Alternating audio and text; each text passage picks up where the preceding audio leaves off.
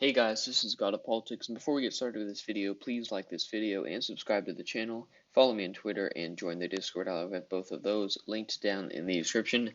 But today's video, I'm going to be talking about why the Never Biden movement will not actually matter in this election. We have seen on Twitter, it's been trending, the Never Biden movement, the Dem exit, all this stuff about Bernie voters who voted for Bernie in the 2020 primary leaving the party, either voting for the Green Party with Howie Hawkins or just staying at home, or even some going to Trump.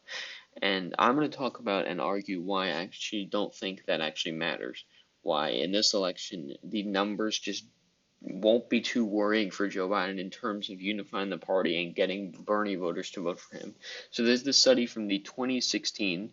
So it says, here's how many Bernie Sanders voters ultimately voted for Trump. This is an NPR article talking about a study that said 12% of Bernie voters went directly to Trump. So they voted for Bernie in the 2016 primary, and then they voted for Donald Trump in the general election.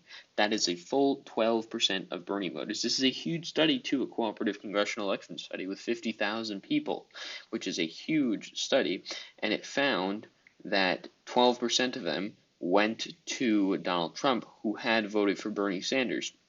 And this was with lower turnout than 2020 as well. And so if we look at this by state, we can see that in the state of Michigan, the Sanders primary voters that ended up voting for Trump were 8%. So we see that 8% of Bernie voters, so in the state of Michigan, Bernie got 598,000 votes, and then 8% of those voters went to Donald Trump. That's 48,000 votes. Donald Trump only won the state of Michigan by 11,000 votes. Pennsylvania, too. Pennsylvania, Bernie got 731,000 votes. Sanders voters in that state, 16%, double what it was in Michigan, almost double what it was in Wisconsin. We'll talk about it in a second. But 16% of voters, Bernie Sanders voters in Pennsylvania, went to Donald Trump. That's 117,000 voters. Therefore, and in the state, only 44,000 votes is what Trump won it by. So had those Bernie voters gone to Hillary Clinton, like they're voting in a Democratic primary and then they vote for Donald Trump, is kind of counterintuitive. And then in the state of Wisconsin, there were 570,000 Bernie to Trump voters, 9% of which, 570,000 voters from the primary, 9% of which voted for Donald Trump, which is 50,000. He only won the state by 22,000 votes. And so that's a huge statistic because it doesn't even include third-party votes, people voting for Gary Johnson, people voting for Jill Stein, which third-party votes got a lot more than any election since 1996. So that's a big number to look at, too. Studies have shown that that number is around 20% of voters who went from Bernie to a candidate other than Hillary. Some are even larger than 20%, is what they show.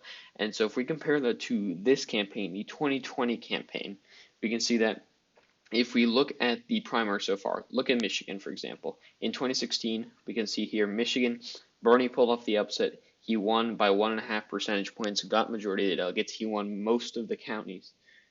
If we go to 2016, if we go to 2020 and we go to the exit polls from the state of Michigan, there is a question that is asked. It wasn't asked in Wisconsin because it was purely mail-in voting, but in a state of Michigan where they still had exit polls, if we scroll down here, they have a section where they say, will you vote blue regardless of the nominee?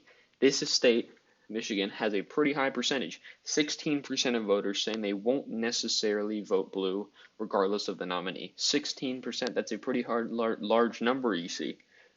But half of those voters pretty much are either Biden or Bloomberg voters, meaning that you can bring that vote down to 8%. So 8% of voters are Bernie Sanders voters who may not necessarily vote for Joe Biden in November. That's already lower than the 12% that we saw nationwide, and it was 8% in Michigan.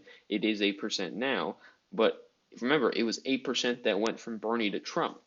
It's only 8% saying that they'll not necessarily vote for a candidate that is Biden overall. So 8% might vote for third party or Trump. In 2016, it was 8% voted for Trump alone, around a larger margin for the third party vote. And this is seen across the board too. If we go to the state of Florida here, we see obviously Bernie lost every single county. It was not a very good night for him there.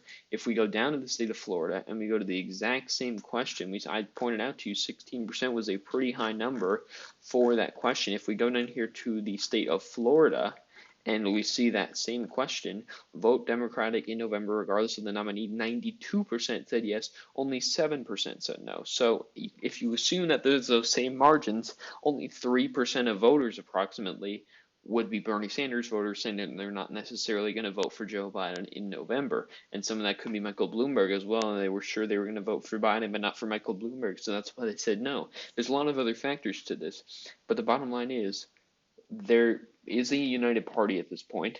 There is a lot of Trump hatred, and that could be enough to beat him. Because if we look at the overall result, and we see Bernie voters who voted for Bernie in the 2016 primary and then went to Trump, lost Hillary Clinton the election. So if we give her those states, they win. That's it. And then Donald Trump has to protect all these other states too. He's now got to protect Arizona. He's got to protect Florida. He's got to protect North Carolina. He could be in for a real beating because chances are he's not going to win every single one of these states. Chances are he'll lose Michigan. Chances are he'll lose Pennsylvania. Therefore, he has to hang on to these 4 other states.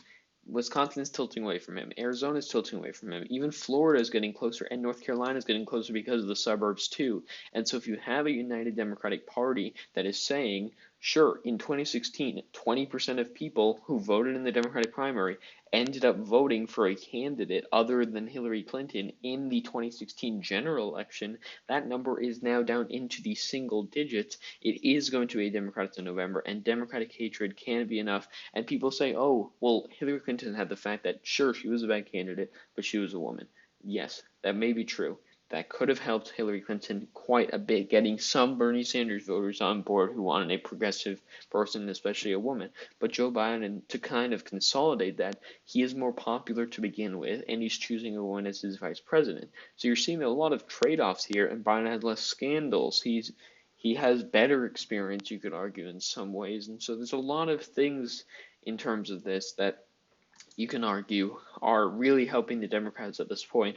And I've seen a lot of things, the never Biden movement, I just disagree. I just do not think that it means very much at this point, and especially since it's April now. Remember in 2016, Bernie didn't drop out till July, meaning that you only had 6 months to unite a party. You have Biden, who's not even in the spotlight right now, which isn't causing controversy, which isn't causing anger. It's only making him more popular, making Trump less popular. And he has, 7 or 8 months compared to Hillary Clinton, who only had about 4 or 5. And so Biden has a lot more time to unite the party, a party that's already more united to begin with. And there's a lot of Trump hatred, and Trump only won the Rust Belt by 1%. He won Wisconsin by less than 1%. He won Michigan by 0.2%, and he won Pennsylvania by 0.7%, with Wisconsin at 0.9%. So if he can hold on to those margins, even if he wins Florida, even if he wins Arizona, even if he wins North Carolina, it is over there. And so another thing to point out is that Biden won a lot of working class voters. If we go to the overall map, we can see here that if we look at the state of Michigan, and we look at the results, Joe Biden won every single county here. And it was a two-way race, and he won every single county. In 2016, it was a two-way race. Bernie Sanders, as I showed you here, won most of the counties. In 2016, Bernie won every single county except Milwaukee County in the 2016 primary, and Hillary only won Milwaukee County by a couple points. We go over to Milwaukee here in the two-way race in the 2020 presidential primary.